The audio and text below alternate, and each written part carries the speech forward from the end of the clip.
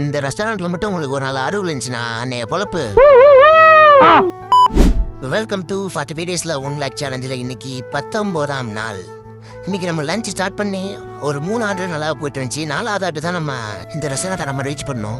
சரி, நானும் போயிட்டு எட்டி பார்த்தா ஒரு கூட்டமாக இருந்துச்சு. என்னன்னு பக்கத்தில் ப்ரோ என்னாச்சு க்ரோன்னு கேட்டால் கிட்டத்தட்ட 48 நிமிஷம் ஒரு ப்ரோ வெயிட் பண்ணியிருக்காரு. ஒரு க்ரோ பார்த்தீங்கன்னா 59 நிமிஷம், கிட்டத்தட்ட 1 ஹவர் வெயிட் பண்ணியிருக்காரு. எல்லாம் பார்த்துட்டு நமக்கு பயம் வந்துடுச்சு. அதனால நானே இந்த ஆர்டர் அன்சைன் பண்ணி ரிஜெக்ட் அடிச்சு கிளம்பிட்டேன். அப்போ நமக்கு பிடிக்காத ஆர்டர் ரிஜெக்ட் அடிச்சு போயிடலாமா, எத்தனை ஆர்டர் நான் போயிடலாமா? நான் கண்டிப்பாக கிடையாது. ஒரு நாளைக்கு ஒரு ஆர்டர் தான் ரிஜெக்ட் அடிக்க முடியும். ஒரு ஆர்டருக்கு மேலே அடுத்த ஆர்டர் ரிஜெக்ட் அடிச்சிங்கன்னா நமக்கு இன்சென்டிவ் கண்டிப்பாக வராது.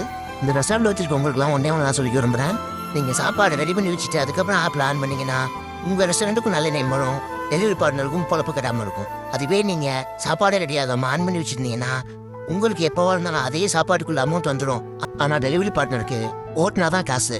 ஸோ கொஞ்சம் முடிஞ்ச அளவுக்கு சரி பண்ணிக்கங்க. இன்னைக்கு நம்ம மொத்தமாக 33 ஆர்டர் கம்ப்ளீட் பண்ணி 2728 ரூபாய்க்கு நம்ம ஓட்டிருக்கோம். இதில் பெட்ரோல் 400 அடிச்சிருக்கோம். இதில் நம்ம ஆல்ரெடி ஓட்ட வேண்டிய அமௌண்ட்லேருந்து இந்த அமௌண்ட்டை மைனஸ் பண்ணால் 55,174 ரூபா. இன்னும் 26 நாள் ஓட்டணும். அதுக்காம ஒரு ஃபாலோ மட்டும் பண்ணிக்கங்க.